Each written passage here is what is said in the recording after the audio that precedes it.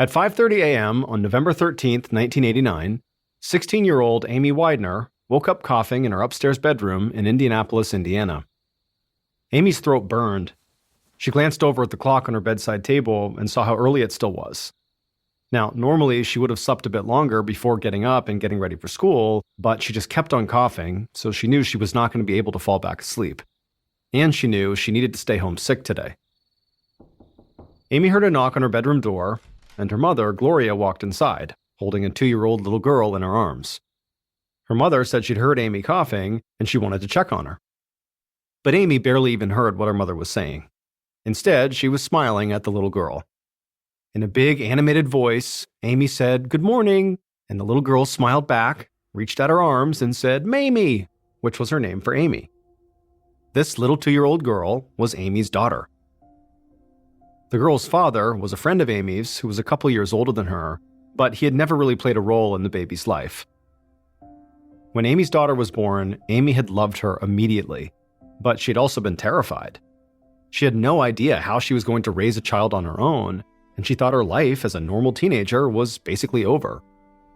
But Amy's mother, Gloria, had done everything in her power to make sure that didn't happen. Gloria had played a huge part in raising this little girl. In fact, Amy's daughter often called Gloria Mom. And Gloria's help, along with the help from some of Amy's teachers, had allowed Amy to not only stay in high school, but to thrive. Amy got good grades, she was a cheerleader, she played clarinet in the high school band, and she even tutored other students in French, a language she absolutely loved. She had dreams of going to college someday, and most people who knew her just assumed she would grow up to be a really cool French teacher someday. Back in the bedroom, Amy told her mother there was just no way she could go to school today with her cough. Her mother agreed and told her that she could still take her baby to the babysitter like she usually did during the week, but Amy said to leave her at home. It'd be nice to spend the day with her little girl. Gloria said okay, and then put the little girl on the bed next to Amy, and then she walked out to get ready for work. As tired and sick as Amy felt, she couldn't stop smiling. She loved that her mother had made it possible for her to still just be a teenager most of the time. However, she missed her daughter a lot when she was at school. And so a day like today, to be alone with her daughter was really special. While Amy sat and talked to her daughter on the bed, her older brother, JP, walked in. The siblings were only a year apart, and they were extremely close. They drove to school together every day and ran in the same circle of friends. And this close-knit group of high schoolers spent almost all of their free time together. JP told his sister to get well and said he'd see her when he got home from school. The house remained loud and full of energy for the next couple of hours while Amy's mom got ready for work and her brother and 2 younger sisters got ready for school. But eventually, everybody cleared out and the house became quiet. Amy continued to sit on her bed and just play with her daughter. In a house with 4 school-age kids and a baby, silence was very rare, so this morning felt extra special. However, that feeling quickly disappeared when Amy heard a door open downstairs. She figured one of her younger sisters must have just forgotten their backpack or something. So Amy cleared her throat and coughed a little, and then called out to see who would come home.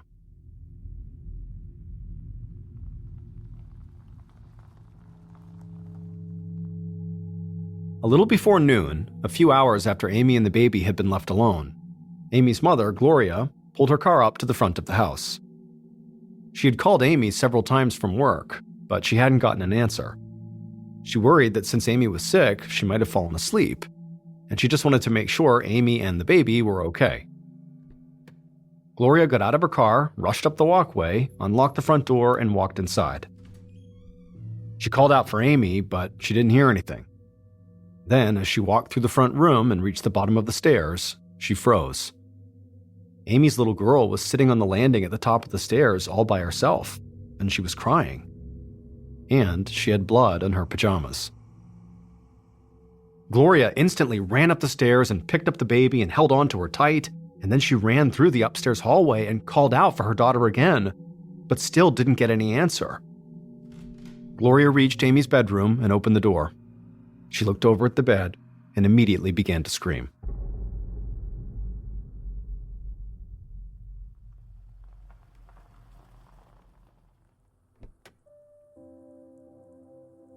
That afternoon, not long after Gloria had gotten home, Detective Norman Matthews of the Indianapolis Police Department parked in front of Amy's house and stepped outside. Police had already taped off the property, and Detective Matthews saw forensics officers scouring the front yard for evidence. Matthews also saw a woman standing with several uniformed police officers. The woman was crying, but at the same time, she was gently bouncing a little girl in her arms, doing everything she could to make sure the girl wasn't scared or upset. Matthews put on gloves, ducked under the crime scene tape, and walked into the house through the front door. More forensics officers were busy searching both floors of the house, and one of them pointed Matthews upstairs.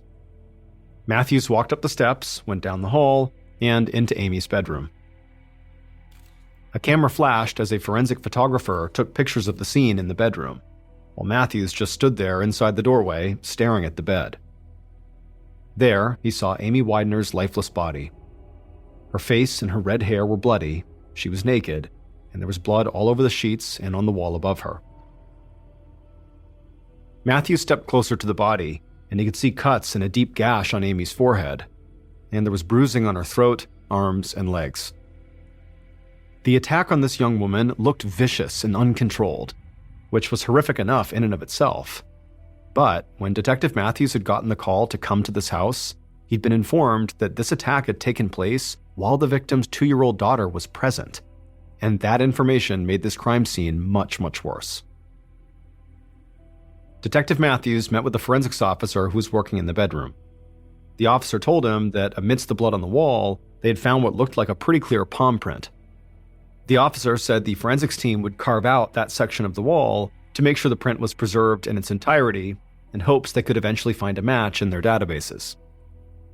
For reference, in 1989, DNA testing was still very much in its early stages, and so it was not being used as an investigative tool by the Indianapolis Police Department. Matthews stepped out of Amy's bedroom and, along with several other police officers, started a full search of the house. The front door had apparently been locked when Gloria had come home to check on Amy and the baby, and there was no sign of forced entry.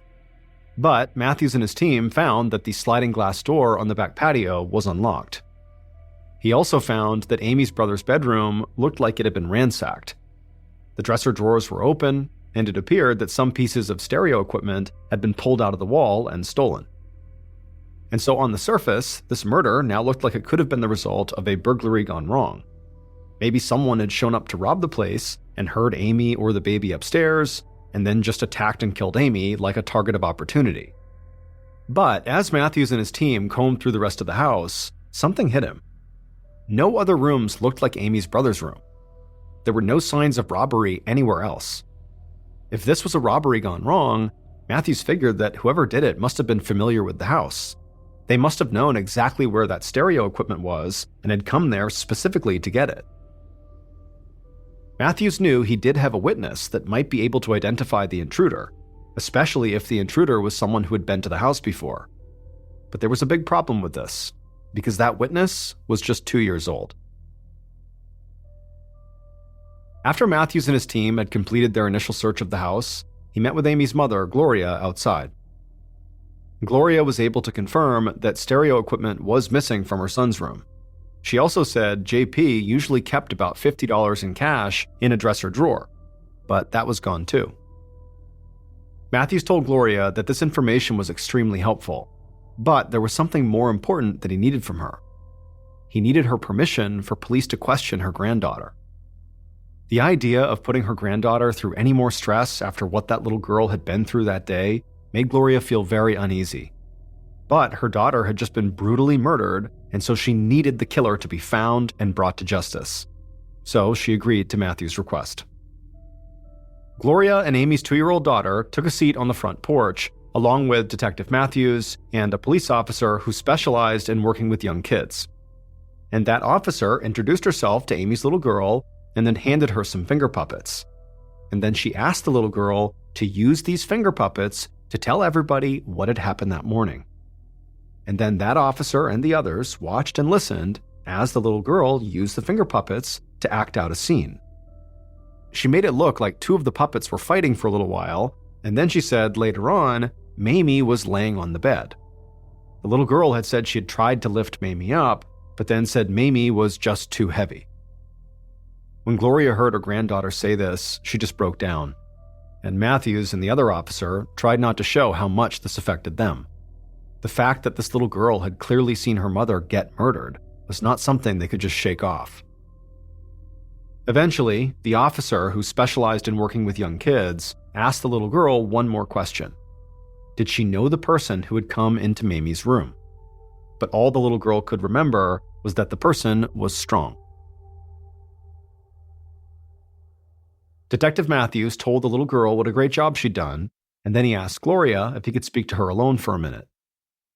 Gloria told her granddaughter to stay with the police officer and she'd be right back. Then she followed Matthews off the porch. Matthews told her that the fact her son's room was the only room that had been robbed led him to believe that the killer was very likely another young person who her kids knew. And very likely they knew in advance that the stereo equipment and the $50 would be in JP's room. So Matthews asked Gloria to come up with a list of names of people who were closest to Amy and JP. Gloria said that Amy and her brother JP hung out with a small group of friends, but she said there was someone outside that group that Matthews should definitely talk to before anybody else: the father of Amy's child, a young man named Tony Abercrombie. And sure enough, the day after the murder, Detective Matthews brought Tony into the station for an interview. Tony was 18 years old, tall with long wavy brown hair, and he wore jeans and a t-shirt. He looked to Matthews like almost every other teenager in the area.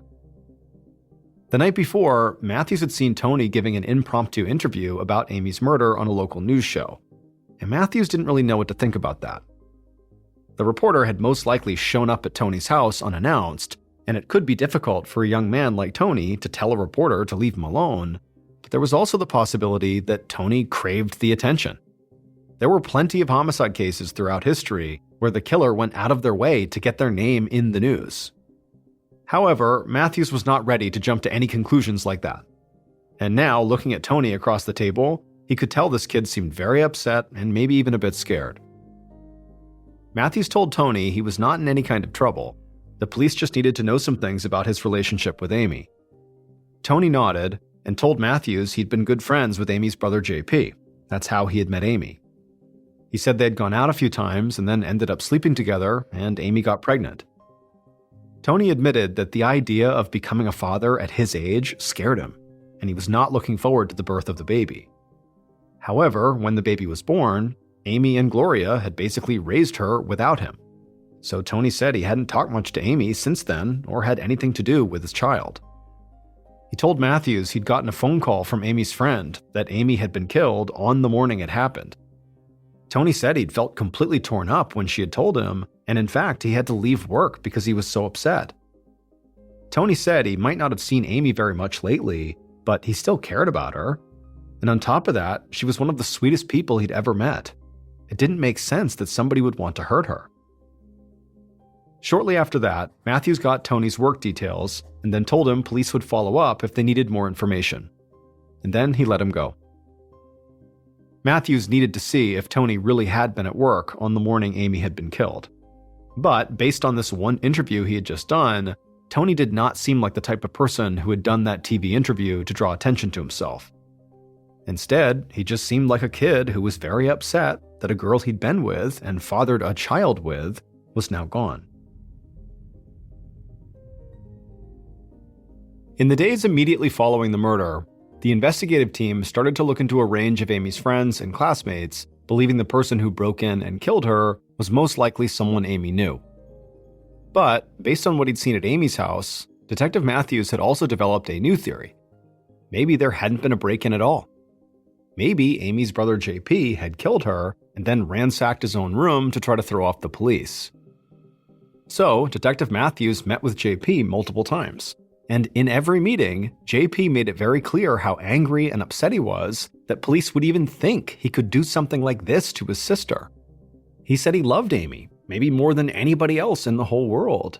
They had been so close ever since they were little kids. But despite these multiple interviews and Detective Matthews' continued interest in JP, the detective did not find anything linking him directly to the crime. His fingerprints were all over the house, including inside of Amy's room, but that was expected. He lived there, so it really didn't mean anything. And there was nothing JP did in the aftermath of the murder that added more suspicion to him. In fact, JP just seemed devastated by the loss of his sister. And then on November 17th, so 4 days after Amy's murder, when Amy's friends and family all gathered together for her funeral, JP shared countless stories about some of the best times he'd spent with his sister.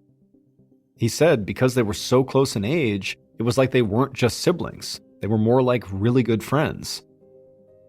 At the funeral, JP, along with JP and Amy's mutual friend Rodney and some of Amy's girlfriends, did their best to try to console Amy's younger siblings and her mother Gloria. But it felt like an impossible task, because none of them could accept that this had really happened. Following the funeral, Detective Matthews and his team collected the guest book and made a note of everybody at the service who'd signed the book. Many of the guests had been Amy's classmates and her teachers. And so Matthews and his team first met with some of the high school students on the list that they had not already spoken to. But none of these interviews really led anywhere. All of them just sort of ended with the students talking about how much they were going to miss their friend. And at the same time, Matthews still didn't have any real concrete evidence, like any information on the bloody palm print that had been found in Amy's room. So one afternoon, in the week following the murder, Matthews walked down a long hallway lined with lockers at Amy's high school. School was already out, so there were only a handful of students who were still there. Matthews turned down a different hallway with classroom doors on either side and found the French classroom. He walked in and saw Amy's French teacher, Jody George, waiting for him. Matthews had heard from several people that Jody was Amy's favorite teacher, and so he told Jody this, and this immediately made Jody break down into tears. She told the detective that Amy had always been a great student, but the real reason that she and Amy had connected was actually because they both had been raising babies at the same time. Jody's child was born not too long after Amy's daughter had been born, and so Amy and the teacher shared parenting tips with each other and bonded over being new mothers. Matthew's hope was that in meeting with Jody, that perhaps she could point him towards other students who were maybe Amy's friends, but who didn't attend the funeral. Detective Matthews ended up getting a list of students that Amy had tutored in French, and he asked Jody if any of these kids might have had a problem with Amy. But Jody said no, not that she knew of. And then over the next several days, as Matthews went down this new list of students, it didn't really go anywhere. Because once again, all these students could say was just that they really liked Amy, and they couldn't believe she was gone.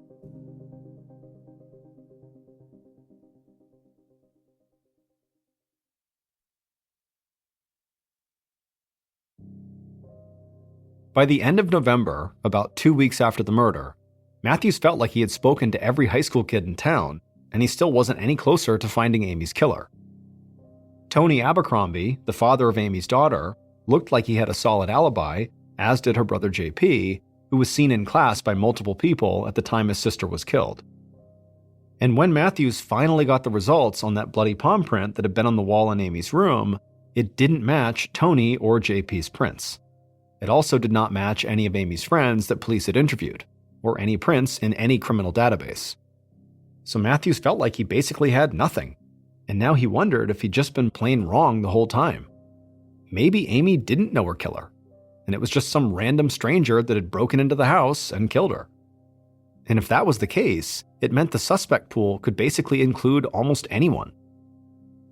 Matthews and his team continued to follow any potential leads, and they returned to the crime scene to see if there was anything they might have missed.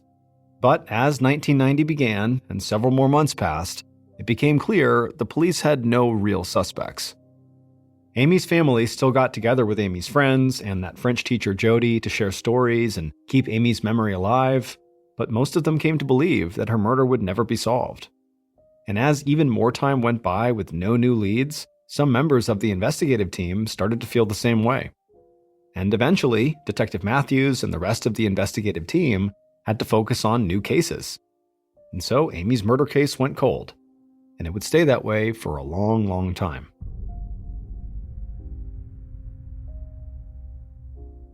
Fast forward to 2002, so 13 years after Amy's murder.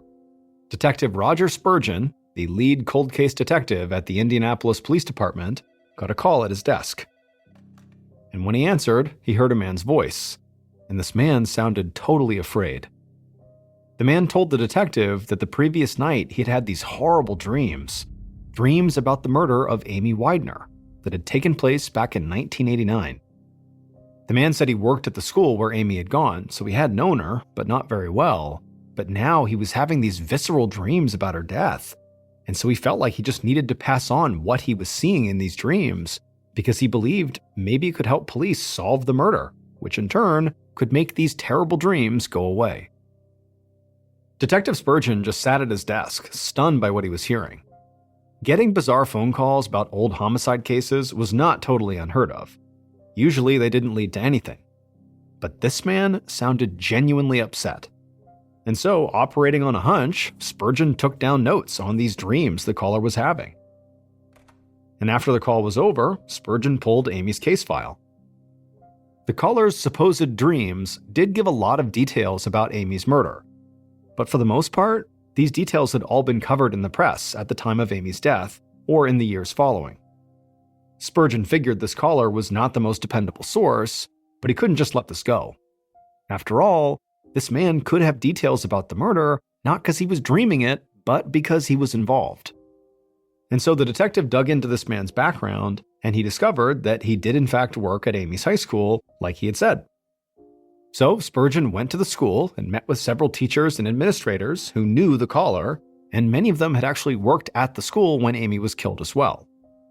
Now, during these initial few conversations, nothing really stood out to Spurgeon, but then the school's guidance counselor told Spurgeon something that was really strange. They told him that they knew who the man was who claimed to have these dreams about Amy, and they said this man could not have killed her, because on the morning of Amy's murder, that man, the caller, had been working at the school. And the guidance counselor said on the day of the murder, this person, this man, kind of out of nowhere, had this violent episode where he just started screaming and kicking things. In fact, his episode had gotten so bad that eventually the counselor had to help the man out of the school and drive him home. This was definitely a new one for Detective Spurgeon. He'd gotten some strange calls before, but this man's dreams and now his episode on the morning of the murder were something else. Spurgeon followed up with the man who had called him about his dreams, and he even re-interviewed several people who'd been connected to the initial murder case. But just like during the initial investigation, nothing came out of these interviews. After several months of looking into the case again, the detective had nothing new. And so Amy's killer remained unknown and free. And soon her case went cold again. And it would stay that way for almost another decade.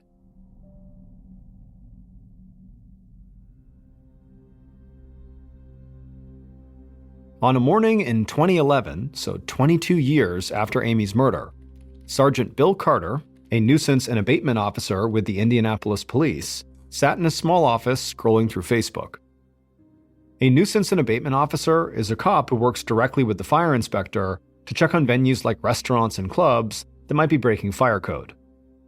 And so Sergeant Carter spent a lot of his time looking at Facebook to see if any events or big parties were being talked about that would potentially violate fire code laws. Just then, Carter heard a knock on his door. He said to come on in, and he looked up to see a homicide detective standing there. This was definitely weird, because Carter had very little interaction with the homicide department. The homicide detective said he was heading up cold cases now, and recently he'd found a Facebook page dedicated to the victim of one of the coldest cases they had, the Amy Widener murder from 1989. Carter said he knew about the case. It had been in the news off and on over the years since it happened, and he'd also grown up in the same part of town as Amy. But none of this explained why a homicide detective would be coming to see him about this case. The homicide detective said he wanted to print off everything from this Facebook page dedicated to Amy to add it to the case files, and to cross-check some of the people on the page with people mentioned in the original investigation. The problem was that he and the other homicide detectives didn't know how to print things off of Facebook, so he was hoping Carter could help them. Carter stifled a laugh and said he'd take care of it. The homicide detective walked off, and then Carter quickly found the Facebook page called Remembering Amy Widener. Even though Carter was familiar with the case, seeing photos of Amy as a happy teenager really hit him. And as he read through the comments on the page, He saw how many people were still deeply affected by this murder. It just seemed so wrong that her friends and family had gone this long without any kind of closure. And so Carter printed out everything from the Facebook page for the homicide detective, but before he did, he sort of read through it all. And as he did, he started to feel like he really needed to do something to help. Over the next several weeks, in his free time, Sergeant Carter started to look through the old case files for Amy's murder. Now, normally, homicide detectives would not have wanted an officer from another department anywhere near their files, especially an officer who only dealt with fire codes. But Amy's case had remained unsolved for so long that they figured whatever Carter was doing couldn't hurt. Sergeant Carter regularly checked the Facebook page dedicated to Amy, made notes on the pages he'd printed, and tried to see if he could connect anything to something in the original case files.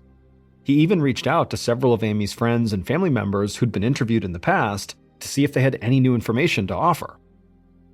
For months, Carter's efforts weren't much different from the detectives who'd worked the case in the past. No new leads, no new evidence.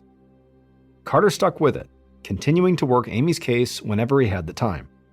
And on a day in June of 2012, now closing in on 23 years after Amy's murder, Sergeant Carter caught something in the case files that seemed to have gone overlooked for decades. At first, Carter thought he had to be wrong. Maybe he'd been spending so much time with the case looking at countless pieces of paper and file folders that he'd just gotten confused, or he was delirious or something.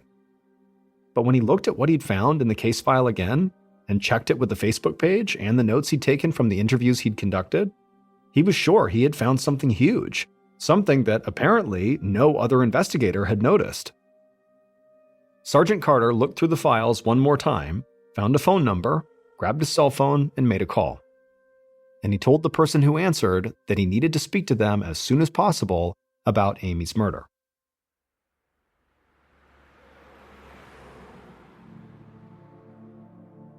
On June 27th, Carter headed over to this person's house to meet them. But when he got there, the person was gone and nobody seemed to know where they went. Soon, Carter found this person had emptied all their bank accounts, quit their job, and just disappeared without a word to anybody. Sergeant Carter couldn't believe it. For the first time in over 20 years, Indianapolis police thought they might be getting closer to solving Amy's murder. But now the person they needed to talk to had fled. And for all Carter knew, this fugitive could be halfway around the world already. A little over a week later, in early July, Carter was at the station with other officers from several departments. A team of Indianapolis police had been working with different agencies to try to track down the fugitive that they believed might be connected to Amy's murder. And now they were waiting to hear something, anything, that might help with their investigation. And luckily for Carter, it didn't take long for him to get what he wanted. And that day, a very excited officer approached Carter and the others. And he said, using credit card data, investigators had discovered that the fugitive had rented a car in town. And using that rented car's OnStar security service, they now knew exactly where that car was parked. Carter asked where it was, half expecting it to be on the other side of the country or somewhere across the border. But the officer said that was not the case at all. The rental car was at a house right here in Indianapolis. Minutes later, police cruisers roared down a residential street and pulled up to a house. Carter and the other officers got out of their cars and quickly approached the front door. Right there in the driveway was the fugitive's rental car. As Carter prepared to knock on the door, several other officers around them put their hands on their holsters, ready to draw their weapons. They didn't know if the fugitive was even inside, but they had to be prepared for anything. Once they were ready, Carter knocked on the door. Moments later, a man answered. Carter told the man who they were looking for, and as soon as he did, suddenly there was a scream coming from inside the house. Carter and several other officers bolted inside, and they found the fugitive standing there in the kitchen. And there was blood running down from the slash on their wrist, and they were holding a knife to their own throat, threatening to kill themselves if the cops came any closer. Carter and the other officers took a breath and tried to keep everybody calm. Several officers talked to the fugitive, urging them to put the knife down and to get medical help. And slowly, the tension in the room eased a bit, and the fugitive did drop the knife. At that point, officers rushed the fugitive, trying to stop the bleeding from their wrist, while making sure the fugitive couldn't hurt themselves or any of the officers or try to make a run for it. An ambulance soon arrived and paramedics sped the fugitive to the hospital, with police following closely behind. And luckily, the fugitive got medical help just in time. And later that day, after Carter and other investigators got to meet with the fugitive in the hospital, they finally figured out, after more than 20 years, who had killed Amy Widener.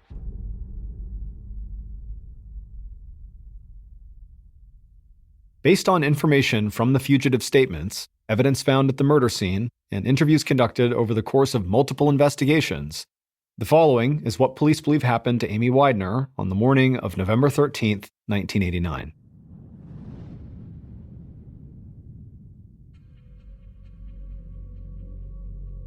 On that day, just after 7:30 a.m., the killer walked through the first floor of Amy's house.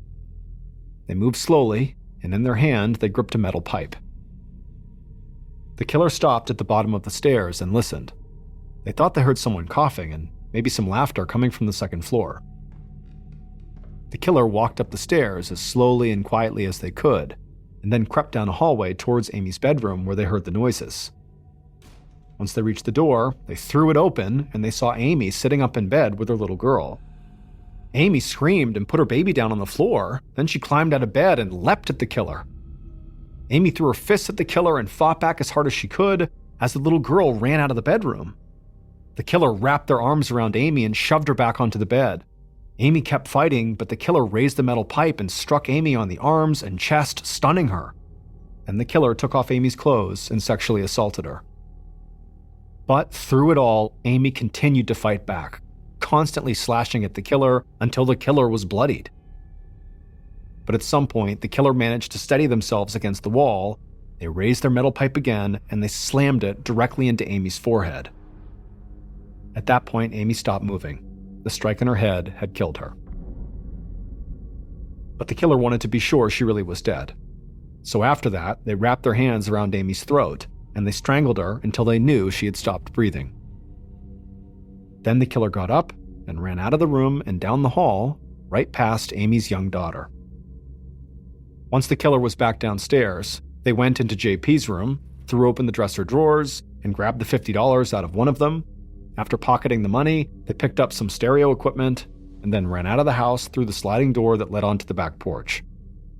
As the killer ran away, they just hoped nobody had seen them and that maybe they would get away with the horrific act they had just committed against their best friend's sister.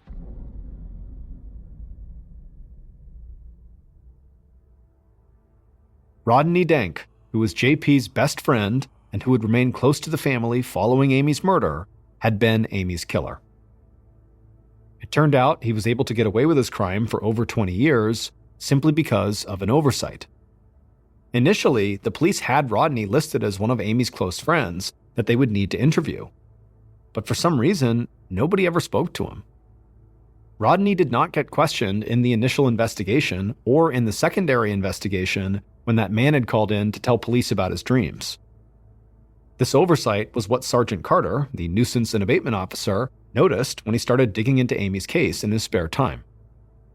He saw Rodney's name listed in the guest book from Amy's funeral, and then he found Rodney mentioned in other notes from the investigation.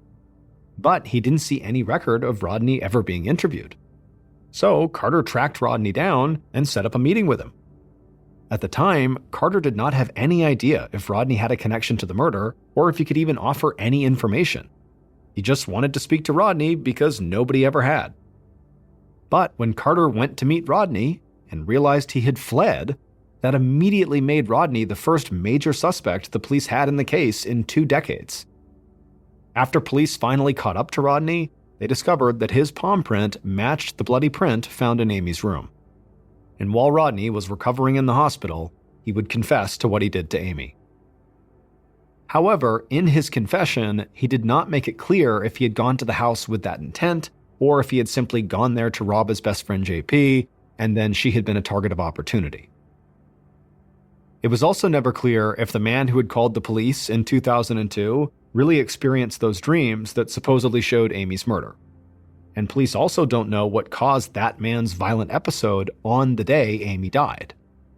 However, they do know that that particular man who called in about his dreams had absolutely no involvement in Amy's death. Ultimately, Rodney Dank was sentenced to 65 years in prison. Sergeant Carter was named Investigator of the Year by the Indianapolis Police Department based on his work on this case. As for Amy's daughter, she was raised by Amy's mother, Gloria. And when she reached high school, she actually had Jody George, Amy's favorite teacher, for French.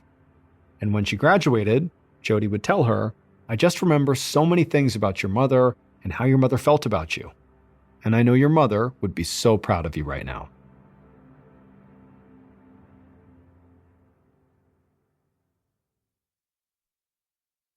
A quick note about our stories. They are all based on true events, but we sometimes use pseudonyms to protect the people involved, and some details are fictionalized for dramatic purposes.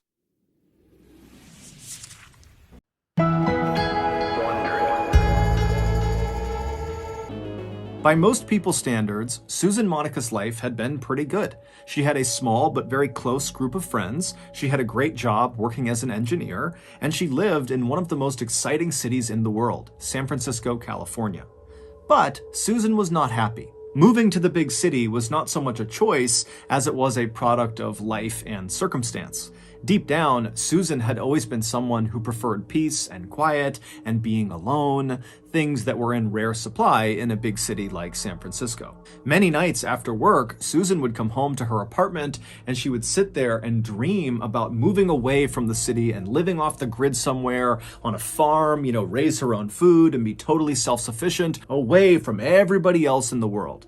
And then one day in 1991, when Susan was 43 years old, she made that dream a reality. That year, she wound up purchasing a 20-acre farm located in a forest in a little town in Oregon called Weimar. However, this farm was really not a farm. There was nothing on it. There was no house for Susan to live in, there was no barn for her animals or tools, there was no running water, no electricity, no septic system. It was just pure Oregonian wilderness. But to Susan, it was perfect. The property kept her far away from other people, and she liked the idea of having to literally build her own farm. After all, she was an engineer by trade, so she actually knew how to build buildings efficiently and safely, and she was a big, strong, sturdy woman who was not afraid of manual labor. So when Susan finally arrived in Weimar and made her way up the winding dirt road through the forest and arrived in front of her property and looked out at the vast, rugged landscape for the first time, she was filled with a rush of excitement. Even though there was nothing on her 20 acres, it already felt like home. Over the next several months, Susan would transform these 20 acres into a neat little farm, complete with a big barn and a shack for her to live in, and a few animal pens for livestock. However, after the farm was built, Susan realized that building the farm was actually not the hard part. The hard part was maintaining the farm, going out there every day and doing all of her chores, feeding all the animals and doing all the different projects she had in mind. It was exhausting. And so not long after the farm was complete, Susan realized that as much as she wanted to be totally alone out there, she had to set that aside and hire some help. And so Susan printed out all of these help wanted flyers and put them all over town in Weimar, and before long, people began making their way up to her property to inquire about the role. Most of these applicants were people who struggled to find work elsewhere, either because they lived a sort of transient lifestyle, bouncing around from place to place so no one was ready to hire them long term, or because they had a criminal record and just straight up could not get a job. But Susan didn't care about either of those things. All she cared about was the people she hired would work hard and they would respect the peaceful, calm atmosphere she was fostering on her farm. Basically, do the work and leave me alone. And over the next 20 years, Susan would find dozens of people who were able to do just that. Most of them would work for Susan only for a short period of time. Others would stick around for a little bit longer, but eventually all of Susan's workers kind of rotated pretty quickly and moved on to other things. And when that happened, Susan would simply put up more help wanted flyers in town and hire more people. And in all the 20 years that Susan had been hiring these temporary workers at her farm, after they did move on and went somewhere else, Susan never heard about them again. However, that was about to change. On January 1st, 2014, Susan, who was 66 years old by this point, was outside of her shack out on her driveway when she happened to look up and see a car coming up her road. Now remember, she lives in the middle of nowhere. No one comes out to see her, so this is a very rare event. And so Susan is totally keyed in on this car. And this car, they pull into her driveway, and then out of the car popped 3 young people. It was 2 young men and 1 young woman. And before Susan could even ask them who they were or why they were here, they were telling her. They said they were looking for their father, Robert Haney, who at one point had told them he was working on Susan's farm in exchange for a little cash, and also Susan was letting him park his camper on her property, and he was living in that camper. The kids said their father always checked in with them at least once every couple of months, but they had just gone this really long stretch without hearing from him, and since he didn't have a cell phone and no permanent address, they had no real way of getting in touch with him, and so they were out there looking for him to make sure he was okay. And so they asked Susan, "Do you remember our dad, Robert? And if so, do you know where he is?" Even though this whole situation was totally surprising for Susan because she almost never got visitors, so that alone was kind of jarring for her. But when she heard the kids say their dad's name, Robert Haney, she immediately knew who that was. Susan told them that she had hired their father the previous spring to help build a structure on her farm, and initially, Robert was really nice to have around the farm. He worked really hard, he kept to himself, he was quiet, and he had a dog that was really friendly and loving. But in August of the previous year, so 5 months into Robert's employment on Susan's farm, Susan would tell them that their dad totally changed. He started drinking really heavily and not really working very much and spending a lot of the day just kind of ranting and raving outside of his camper about how he wanted to exact his revenge on someone. Susan would eventually find out that what Robert was talking about is apparently one of his kids had been assaulted, and he felt very guilty that he had not been there to protect his child. And so the way Robert was handling this guilt was by drinking and thinking about getting his revenge on the attacker. Now, while Susan did understand why Robert felt the way he did and why he was kind of acting the way he was, it didn't change the fact that Robert's behavior had become very disruptive on her farm, and the one thing Susan really wanted was peace and quiet. And so she decided she would have to go confront Robert about his behavior and potentially fire him if he couldn't find a way to calm down. But before Susan ever had to do that, Robert one day just walked right up to her shack, he handed her an envelope filled with cash, and he asked Susan if she wouldn't mind looking after his dog for a while. And Susan was so taken aback by his complete change in behavior and this request that she just took the envelope and said, "Okay, I'll look after your dog." And then Robert nodded as thank you, he turned around, and he walked away from her.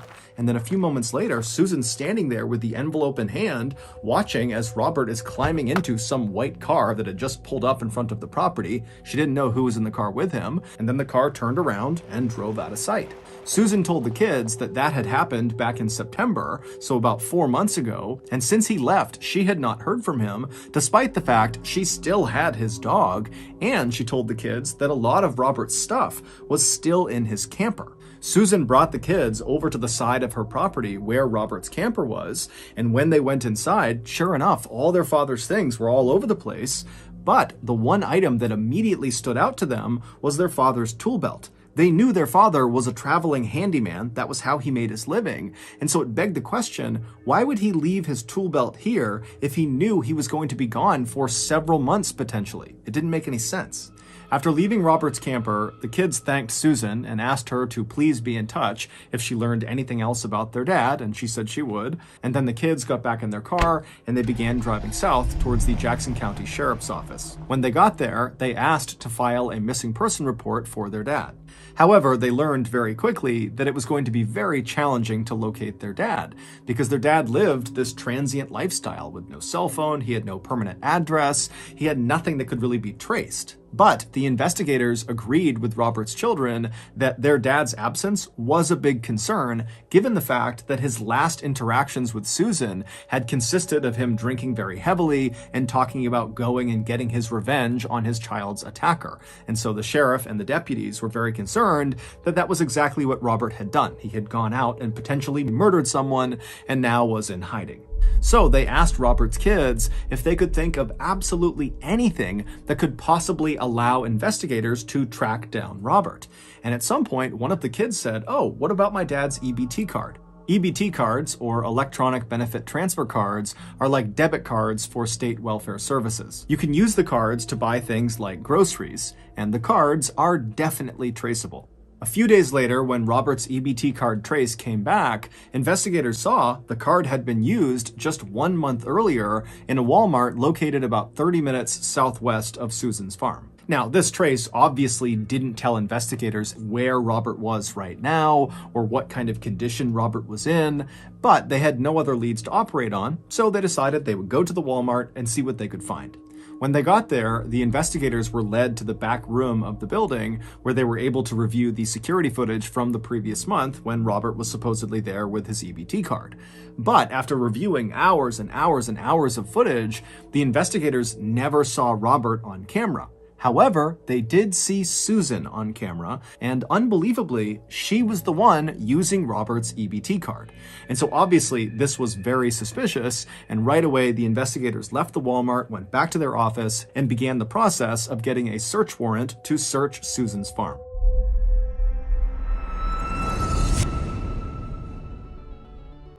Last night, I decided I wanted to treat my family to a nice homemade dessert. And so I headed to the grocery store and I picked up a trough of spoiled milk and a hammock of fermented herring, and then I headed home to blend the two together to create a nice frothy milkshake. But right before I hit blend, I got a notification on my phone that said I had just spent $2,000 on swearatawalrus.com. Now, I love to swear at a walrus as much as the next guy, but that website became so addicting for me. I was swearing at 50 walrus a night, and so I had to cancel that months ago. And so I knew that $2,000 charge could not be mine. Someone had stolen my credit card. But when I pulled out my 20-pound wallet, my credit card was still there. Well, it turns out the Dementor that was at the grocery store with me, who bumped into me as I was scooping up my spoiled milk, he wasn't just bumping into me, he was using his RFID scanner and scanning my wallet through my jeans and ripping off my credit card information. Yes, that's a real thing. People literally can scan your cards with a scanner through your pocket. Needless to say, after I discovered this, I canceled my credit card and I got a Ridge wallet. Ridge Wallet has a sleek and durable design. They can hold up to 12 cards, and most importantly, they are built with RFID blocking technology. So if you're like me and you're tired of Dementors stealing your credit card information with RFID scanners, then you need to get a Ridge Wallet too. Get the best offer for Ridge with my link, ridge.com/MrBallen, and save up to 40% through December 22nd. Again, that's ridge.com/MrBallen.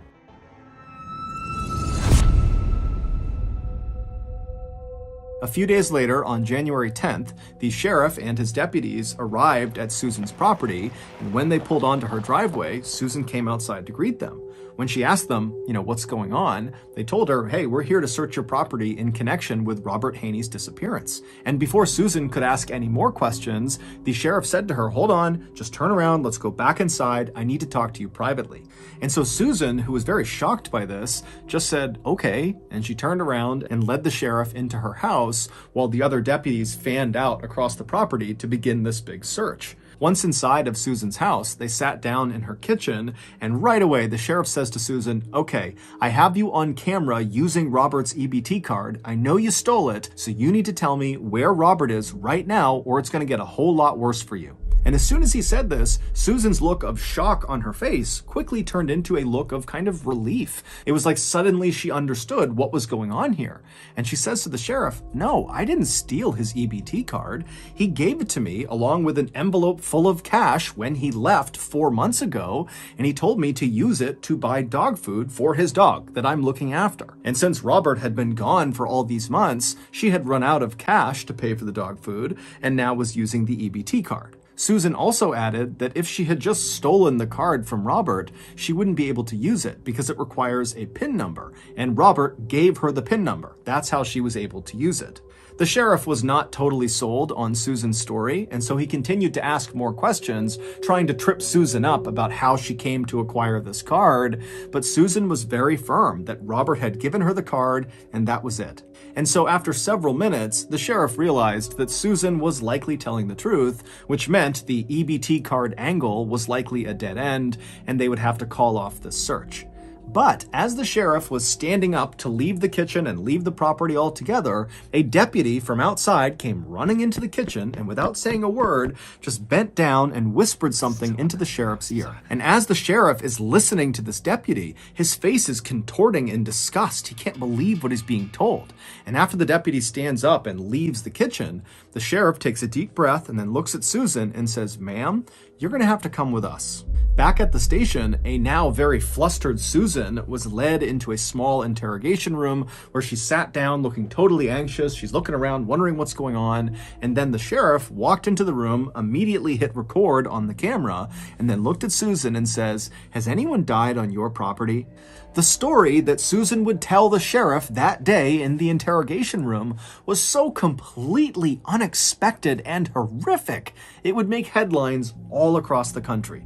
Before Susan began this story, she told the sheriff that everything she had said about Robert Haney's disappearance had been the truth. However, she had left one little detail out. After Robert had handed Susan that envelope full of cash and the EBT card, and then climbed into that stranger's car and driven away, after that, Robert had actually come back to her farm, and recently.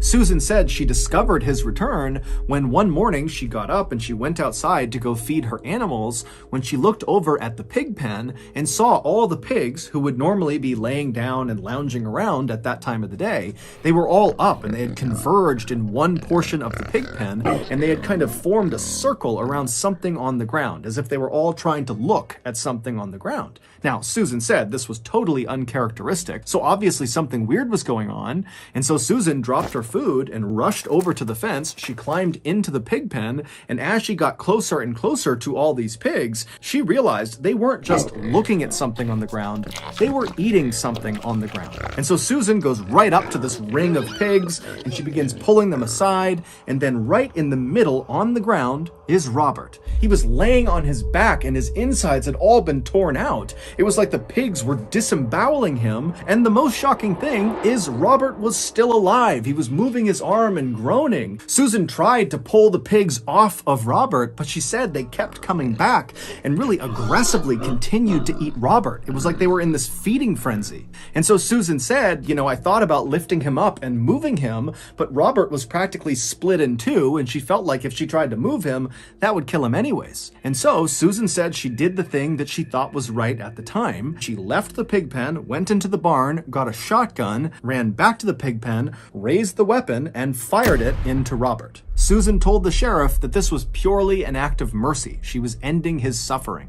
After Robert was dead, Susan said she just left the pig pen, and then 3 days later, she went back into the pig pen with bags and collected the little bits of Robert that had not been eaten by her pigs. And then she took those bags of remains and chucked them into her barn on top of the trash pile. But clearly, Robert's remains had not remained in the barn, because the thing that deputy had whispered into the sheriff's ear when the sheriff was talking to Susan in the kitchen was, "Sir, we found a leg outside." It was Robert's leg, and it was found not inside of the barn in the trash pile, but out in the middle of her property, just out in the open. Susan, when confronted with that information, suggested that, maybe a wild animal had gone into the barn, got a hold of it, and dragged it off. The sheriff didn't even know what follow-up questions to ask, and so he just said, "Well, why didn't you call 911 when you first saw Robert? I mean, maybe we could have saved him. Or at least after he was dead, why didn't you tell someone?" Susan would say that the reason she didn't tell anyone is she was afraid that if word got out about what her pigs had done, then her pigs would be euthanized and she would lose a major revenue stream because she sold her pigs' meat in town. And she said even if her pigs were not euthanized, she was worried people in town would not want to buy her pigs' meat after they learned her pigs were attacking and eating humans. Susan would tell the sheriff exactly where they could find the bags that contained Robert's remains, and she even said she would take a polygraph test to show she was now telling the whole truth. But when she actually sat down to take the polygraph test, she kept fidgeting and coughing and doing these really dramatic sighs, and it was causing the test operator to get really inaccurate readings. And so when this first polygraph test was over, the results were inconclusive. And so the investigators made Susan take another test, but again, she continued to fidget and yawn. And so finally, the investigators in the room watching this happen just called off the test. And when they did, they said to Susan, hey, we're going to search your farm, and if there is anything on your farm that you have not told us about, you're going to be in serious trouble because we're going to find it. At this point, Susan kind of stopped fidgeting and she looked up at the investigators, and after a long pause, she reached out across the table and grabbed a piece of paper and a pen. She pulled it back and she began drawing something. And after a few seconds, it became pretty clear she was drawing a map of her farm. And after the map was all drawn out, she drew a big X in the middle of it and then slid the map back across the table to the investigators. And she said, if you go to that X, you'll find Stephen. And the investigators are like, who's Stephen? We're talking about Robert. What are you talking about? Well, it would turn out Robert was not the only farmhand to die on Susan's property. In 2012, about a year before Susan hired Robert, she hired another man named Stephen Delacino. And according to Susan, Stephen was a lot like Robert. He was really easy to get along with, he was quiet, he worked hard.